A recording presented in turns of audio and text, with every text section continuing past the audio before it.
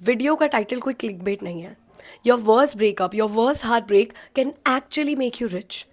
फटाफट से चैनल को सब्सक्राइब कर लो और चलो समझाती हूँ कैसे।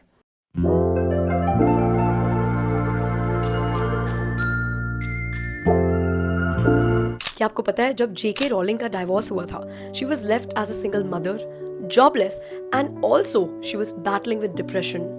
लेकिन गिव अप करने की जगह शी रोट हैरी पॉटर, जिसने उसको वर्ल्ड की पहली बिलियनर ऑथर बना दिया।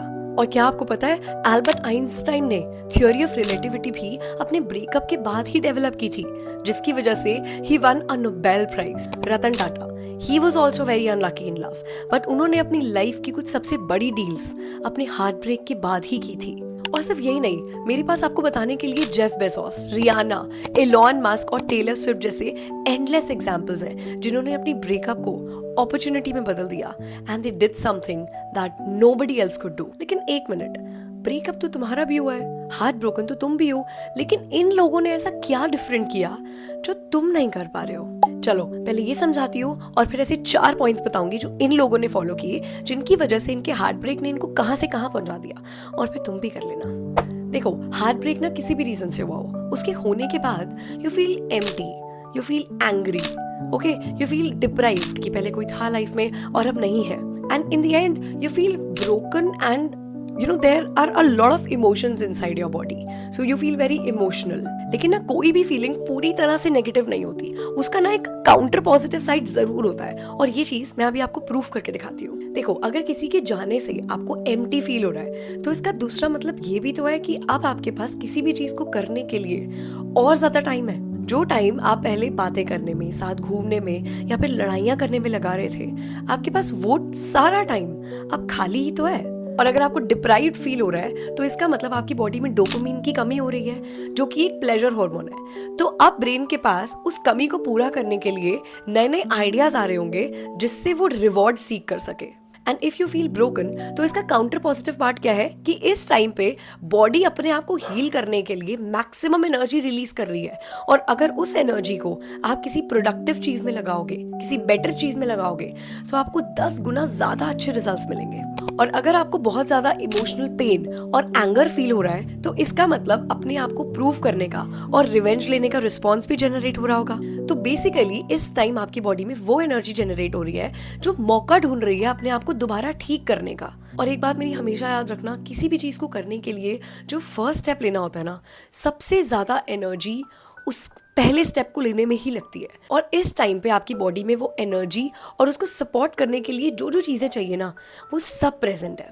और 99% लोग क्या करते हैं ना, इन सारे इमोशंस की जो नेगेटिव साइड है, बस उसी को पकड़ के बैठे रहते हैं और अपने नॉर्मल ग्रोथ रेट से भी पीछे हो जाते हैं, और फिर टेम्पररी एस्केप ढूंढते हैं, किसी और रिलेशनशिप में आ जाएंगे, किसी और से बात करना स्टार्ट कर देंगे, है ना, रीबाउंड के लिए कोई चीज ढूंढेंगे, जैसे कि फिजिकल सेटिस्फैक्शन या फिर अल्कोहल तो है ही फिर। लेकिन अब मैं तुम्हें बताती हूँ वो 4 चीजें जो उन लोगों ने करके अपने ब्रेकअप को, अपने हार्ट ब्रेक को अपनी लाइफ का टर्निंग पॉइंट बना लिया। First, they did not give up upon their work just because they were in pen. देखो, जब कोई इंसान अपनी पेन को रीजन बना के अपनी ड्यूटीज से भागता है ना, तो उससे वर्स तो कोई चीज हो ही नहीं सकती। आई नो इस टाइम पे तुम बहुत हर्ट हो, तुम्हें अपनी एक्स की बहुत ज्यादा याद आती होगी, कुछ करने का मन नहीं करता होगा, लेकिन यू नो व्हाट, फिर भी करो। Never run away from your duties, क्योंकि ऐसा करके ना तुम अपनी पेन को अलाउ ही नहीं करोगे कि वो तुम पर हैवी हो सके। देखो, 1 हफ्ता मुश्किल लगेगा ना ज्यादा से ज्यादा, उसके बाद खुद नॉर्मल हो जाएगा। अपने आप को ना अनकंफर्टेबल होने से ना रिस्ट्रिक्ट मत किया करो। क्या तुम खुद सोचो, तुम्हारे पापा को भी कितनी चीज़ों से हर्ट होता होगा, कितनी चीज़ें ऐसी होंगी जो उनको डिप्रेस करती होंगी, बट क्या वो सब कुछ छोड़ छाड़ के घर पे बैठ जाते हैं? अगर वो ऐसा करें तो तुम्हारा घर ही नहीं चलेगा। अगर तुम्हारी मम्मा अपनी ड्यूटीज़ को पूरी ना करे कि बेटा मुझे तुझे डिप्रेशन हो रहा है, तो बेटा रोटी भी नहीं खा पाओगे। देखो, पता है आधे से ज़्यादा नेगेटिव थॉट्स ना सिर्फ खाली बैठने की वजह से आते हैं। तो अगर तुम कुछ ना कुछ करते रहोगे, अपने आप को बिजी रखोगे ना, तो तुम्हारे नेगेटिव थॉट्स की वजह से तो जो तुम्हारी बॉडी में स्ट्रेस प्रोड्यूस हो रहा है वो भी कम हो जाएगा। तो जितना हो सके ना अपने आप को बिजी रखो, अपनी ड्यूटीज से मत भागो। दूसरी चीज ये है कि they seek the right kind of revenge. यार, एक तो ना हमारी सोसाइटी के लोगों को ना रिवेंज का असली मतलब ही नहीं पता। आजकल के लोग कैसे रिवेंज लेते हैं, किसी और के साथ घूमेंगे और फिर स्टोरीज डालेंगे। और कुछ लोगों का तो मेंटल लेवल इतना ज़्यादा गिरा हुआ होता है कि सामने वाले इंसान की इनसिक्योरिटीज़ या फिर उनकी कोई प्राइवेट पिक्चर्स लीक करने की धमकी देते हैं, या फिर क्या करेंगे, कैजुअल रिलेशनशिप्स की तरफ भागेंगे कि हमको एक ने हर्ट किया है, अब हम उसकी वजह से 10 लोगों को इमोशनल ट्रॉमा देंगे। This is not what revenge is. Successful और समझदार लोग अपने अंदर की पेन को यूज करते हैं अपने अंदर कोई पॉजिटिव चेंज लाने के लिए। वो जिम जाएंगे, कोई बिजनेस आइडिया एग्जीक्यूट करेंगे, जहां वो 5 घंटे काम करते थे दिन में, अब वो 8 घंटे काम करेंगे। वो ये सब चीजें करके अपने आप को इतना बेटर बना देंगे कि जिस इंसान ने उनको छोड़ा है, जिसकी वजह से उनको हार्ट ब्रेक हुआ है, वो उसके और अपने बीच में ना एक इतना डिस्टेंस ला देते हैं कि अब वो इंसान उनको अफेक्ट करना बंद कर देता है। This is what the right kind of revenge is. वो सामने वाले को ऑटोमेटिकली रिग्रेट फील करवा देते हैं। देखो यार, मेरी एक बात याद रखना, अगर आपको आपकी पेन से जीतना है ना, तो उसको अपने आगे इतना छोटा कर दो कि उसकी आपके आगे कोई औकात ही ना रह जाए। Third, they work on their energies. देखो यार, जब हमारा ब्रेकअप होता है ना, तब हमको बहुत लो फील होता है, मेमोरीज हिट करती हैं, रोना भी आता है, ठीक है। तो हमारा ना ओवरऑल जो एनर्जी सिस्टम है ना, वो बहुत ज्यादा डिम हो जाता है। हमारी ना ओवरऑल फ्रीक्वेंसीज बहुत लो हो जाती हैं, और अब लो फ्रीक्वेंसीज की वजह से लाइफ में और 2-3 प्रॉब्लम्स एक्स्ट्रा आ जाती हैं। देखो, मैं ये नहीं कह रही हूँ कि अपने इमोशंस को ना दबा दो, रो मत, कुछ फील मत करो, ऐसा नहीं हो सकता। लाइफ में ना रोना भी बहुत जरूरी है, वरना ना तुम्हारे सारे जो इमोशंस है ना, ये तुम्हारे अंदर ही ट्रैप हो जाएंगे, and that will be more problematic. लेकिन ना इसके साथ साथ डू सम एक्टिविटीज जिससे आपकी फ्रीक्वेंसीज बैलेंस आउट हो जाए, जैसे कि सुबह जल्दी उठ के रनिंग करना, listening to high frequency music, breathing exercises करना, या फिर विजिटिंग अ टेम्पल और any religious place. By the way, अगर आपको इन एक्सरसाइजेस पर एक डेडिकेटेड वीडियो चाहिए ना, तो please do let me know in the comments and I will surely make one. तो प्लीज आप कुछ ना कुछ ऐसा जरूर करो जिससे आपका ना एनर्जी बैलेंस मेंटेन रहे। अब लास्ट लेकिन सबसे जरूरी चीज, they do not go under self doubt. देखो यार, बहुत सारे केसेस में क्या होता है, जब आपका हार्ट ब्रेक होता है या फिर जब कोई ब्रेकअप होता है ना, तो उससे पहले ना लड़ाई होती है, और लड़ाई के टाइम पे क्या होता है कि आपका पार्टनर आपको कुछ ऐसा बोल देता है जिससे आपको ना बहुत ज्यादा हर्ट हो जाता है, वो चीज आपको बहुत चुभ जाती है, या फिर वर्स्ट केस उसने आप पे चीट ही कर दिया।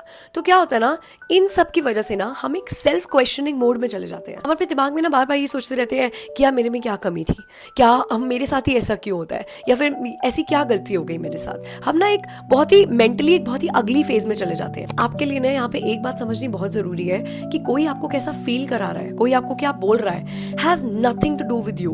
वो अपनी बातों से, अपने थॉट्स और अपनी अपब्रिंगिंग की रियलिटी दिखा रहे हैं आपको। देखो, एक चीज इमेजिन करो, मान लो एक रूम में बहुत सारे लोग बैठे हैं और उनके बीच में आप भी बैठे हो, और अचानक से उस रूम में एक आदमी एंटर करता है और पागल पागल चिल्लाने लगता है। तो क्या आप उसकी बात सुनकर उसकी बात का कोई रिस्पॉन्स दोगे? नहीं दोगे। आपको उसकी बात से शायद कोई फर्क भी नहीं पड़ेगा, क्योंकि आप पागल नहीं हो, आपने एक्सेप्ट ही नहीं किया कि आप पागल हो। ऐसे ही अगर आपको किसी ने कोई चीज बोल दी, चाहे वो आपका पार्टनर ही हो, और अगर उनकी बातों से आपको अफेक्ट हो रहा है, तो इसका मतलब ये है कि कहीं ना कहीं आप भी मान चुके हो कि आपके अंदर कोई कमी है, जबकि वो रियलिटी में एग्जिस्ट नहीं करती है, लेकिन बस आपके बिलीफ पैटर्न ने उस चीज को रियलिटी बना लिया है। देखो, मेरी एक बात समझना, जब तक आप खुद की रिस्पेक्ट नहीं करोगे ना, दुनिया में कोई आपकी रिस्पेक्ट नहीं करेगा। तो प्लीज अपने ऊपर ना सेल्फ डाउट करना बंद कर दो। पता है, अगर आपको अपने ऊपर बिलीफ होगा ना, तो अपनी लाइफ की आधी से ज्यादा प्रॉब्लम्स तो आप वैसे ही सॉल्व कर दोगे।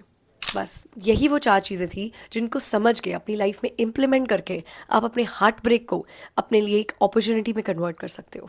और लास्ट में मेरी बात हमेशा याद रखना, कोई ब्रेकअप, कोई डाइवोर्स या कोई तुमको कैसा ट्रीट करता है, ये चीज़ें ना तुम्हारी वैल्यू डिफाइन नहीं करती। तुम्हारी वैल्यू उस चीज़ से डिफाइन होती है जो तुम खुद के बारे में सोचते हो। I hope you understand. और अगर थोड़ी सी भी वैल्यू मिली हो ना, तो प्लीज़ चैनल को सब्सक्राइब करना मत भूलना। बाय।